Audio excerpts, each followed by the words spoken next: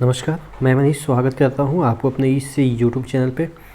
दोस्तों, मैंने पिछला जो वीडियो बनाया था आरआरसी ग्रुप डी के स्ट्रेटेजी के बारे में कि कैसे क्या कब पढ़ना चाहिए, उसमें मैंने बताया था कि जो आपका स्टैटिक जीके है वो ज़्यादा पूछे नहीं जाएंगे। तकरीबन आपके जो स्टैटिक जीके की मैं बात करूँ तो 8 से 10 क्वेश्चन मैक्सिमम पूछे जाएंगे। ठीक है, तो एक भाई ने एक कमेंट किया था, युगांग टीच हैं जो भी है, हालांकि अपना नाम तो उनका मुझे नहीं लग रहा है कि ऐसा नाम होगा, लेकिन आजकल तो ईमेल आईडी में कुछ भी डाल देते हैं। उन्होंने कमेंट किया था, सर स्टैटिक जीके का बताओ कैसे क्या पढ़ें। ठीक है, तो इनका जो कमेंट था उसको मैंने पिन किया था। मैंने इसलिए पिन किया था ताकि लोगों को अगर लगे कि इस टॉपिक पे वीडियो बनना चाहिए तो हो सकता है इस पे लाइक आ जाए। तो कुछ लाइक आ जाएंगे तो मुझे आइडिया लग जाएगा कि इस टॉपिक पे जो वीडियो है वो बनना चाहिए। तो मुझे लगा कि इस टॉपिक पे बनना चाहिए क्योंकि बहुत सारे आप लोगों ने इनके कमेंट को लाइक किया था।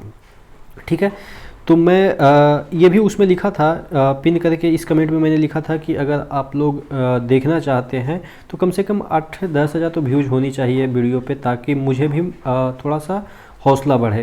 लेकिन कोई बात नहीं, 8-9 हज़ार तो नहीं व्यूज आए, 6,500 के तकरीबन व्यूज आ गए थे। कोई बात नहीं, फिर भी हम इस टॉपिक पे आपको बताएंगे कि क्या स्टैटिक जीके में आपको पढ़ना चाहिए। देखिए, यहाँ पे बात है 8 नंबर की। जो आपके 100 नंबर का पेपर होगा, आरआरसी ग्रुप डी की मैं बात कर रहा हूँ, उसमें स्टैटिक जीके की मैं बात कर रहा हूँ। जनरल साइंस की बात नहीं कर रहा हूँ, क्योंकि जनरल साइंस तो अलग टॉपिक है ही है, उस पर तो आपके प्रश्न पूछे ही जाएंगे।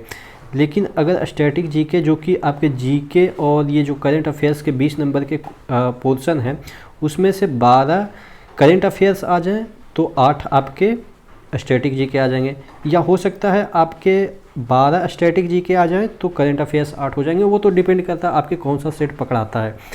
ठीक है, तो अब ये स्टैटिक जीके 8 या 12 जो आएंगे उसको कहाँ से कवर करें।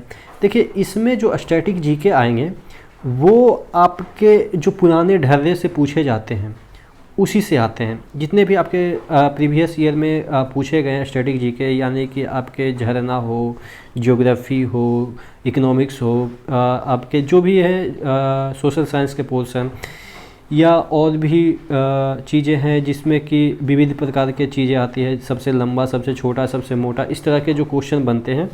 तो इस 8 नंबर के लिए या 12 नंबर जो भी पूछा जाएगा उसके लिए आपको आलतू फालतू का जो चीज़ें हैं वो नहीं पढ़ना चाहिए मेरे अकॉर्डिंग। क्योंकि देखिए, आलतू फालतू की चीज़ें इतना है कि आप उस पर टाइम खपाएंगे तो गारंटी नहीं है कि आप उसको कर लेंगे। अगर 8 नंबर का पूछा जा रहा है तो आप ये पढ़ने लगे कि थाईलैंड में कौन सा चट्टान सबसे ज़्यादा पाया जाता है, या थाईलैंड के फलाना जो शहर है उसका पुराना नाम क्या है, या आप कैंडी जो जगह है कहाँ पे है।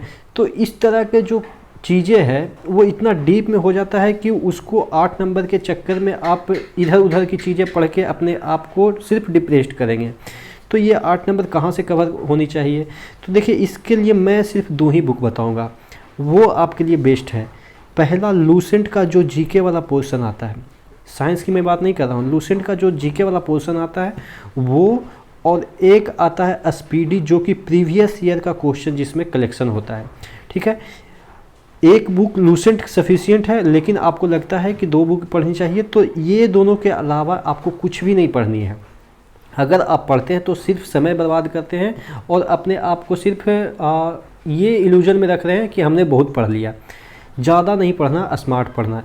उस जितना आप इस 8 नंबर के लिए पीछे भाग रहे हैं, उतना अगर आप साइंस में देंगे ना तो साइंस में कंसेप्ट भी क्लियर होगा और आप जल्दी भूलेंगे भी नहीं।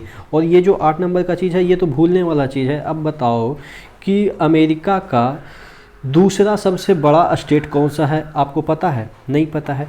आप याद करेंगे, भूल जाएंगे। ठीक है, क्योंकि ऐसे क्वेश्चन नहीं पूछे जाते हैं, और ऐसे क्वेश्चन अगर पूछे भी जाते हैं तो उसको आप कर नहीं पाएंगे।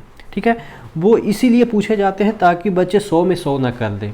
इसीलिए कुछ क्वेश्चन ऐसे पूछे जाते हैं जो कि आउट ऑफ सिलेबस हो, या जिसको हम आप एक बार कौन बनेगा करोड़पति में देखे होंगे, अमिताभ बच्चन ने ऐसा क्वेश्चन पूछा था जब 1 करोड़ जीत गया था कोई पार्टिसिपेंट और 5 करोड़ का जो सवाल था, तो उसमें ऐसा क्वेश्चन पूछा गया था कि जैसे इंडिया का जो रणजी मैच होता है ना, उसमें सर्वाधिक शतक लगाने वाला खिलाड़ी कौन है, इस तरह का क्वेश्चन पूछा गया था ऑस्ट्रेलिया के रिस्पेक्ट में कि ऑस्ट्रेलिया के घरेलू जो डोमेस्टिक क्रिकेट होता है उसमें सर्वाधिक शतक किसने लगाया।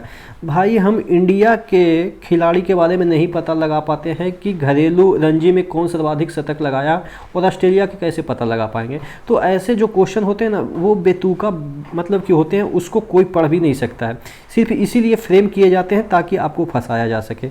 तो इसीलिए मैं बता रहा हूँ कि आपको उलूल जुलूल नहीं पढ़नी है, ठीक है। उसको उलूल जुलूल जो भी कहते हैं, अनाब शनाब जिसको हम कह सकते हैं, वो चीज़ें नहीं पढ़नी है आपको। सिर्फ ये 8 नंबर के 2 बुक के अलावा कुछ भी नहीं पढ़ना है, ये मैं गारंटी लेता हूँ। अगर आप इसके अलावा पढ़ते हैं तो सिर्फ समय जाया कर रहे हैं। अगर वो समय आप मैथ्स, रीजनिंग और साइंस पे दे देंगे तो आपका हो सकता है इसी में स्कोर और बढ़ जाए, ठीक है ना। तो आप स्ट्रेटेजी के लिए मैं बता रहा हूँ लूसेंट और स्पीडी, इसको पढ़ लेंगे, सफिशियंट है, मोर देन इनफ है। सफिशियंट क्या, मोर देन इनफ है, ठीक है। तो आशा करते हैं चीज़ें आपको समझ में आई होगी कि स्टैटिक जीके के लिए आरआरसी ग्रुप डी की मैं बात कर रहा हूँ। एनटीपीसी के लिए हम अलग से वीडियो बना देंगे, सिर्फ मैं आरआरसी ग्रुप डी के लिए ये वीडियो प्रॉपर डेडिकेटेड बनाया हूँ।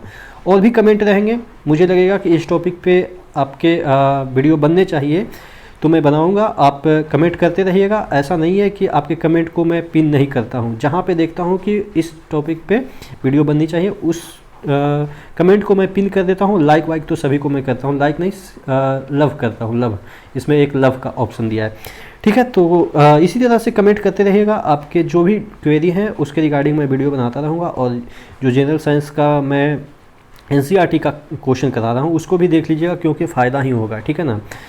और अगर चैनल को सब्सक्राइब नहीं किया है तो लास्ट में, तो बाकी आप समझदार हैं ही, बोलने में बहुत शर्म लगती है ये सब चीज़ों की, ये कर दो वो कर दो, ठीक है। तो नेक्स्ट वीडियो मिलते हैं, तब तक के लिए धन्यवाद।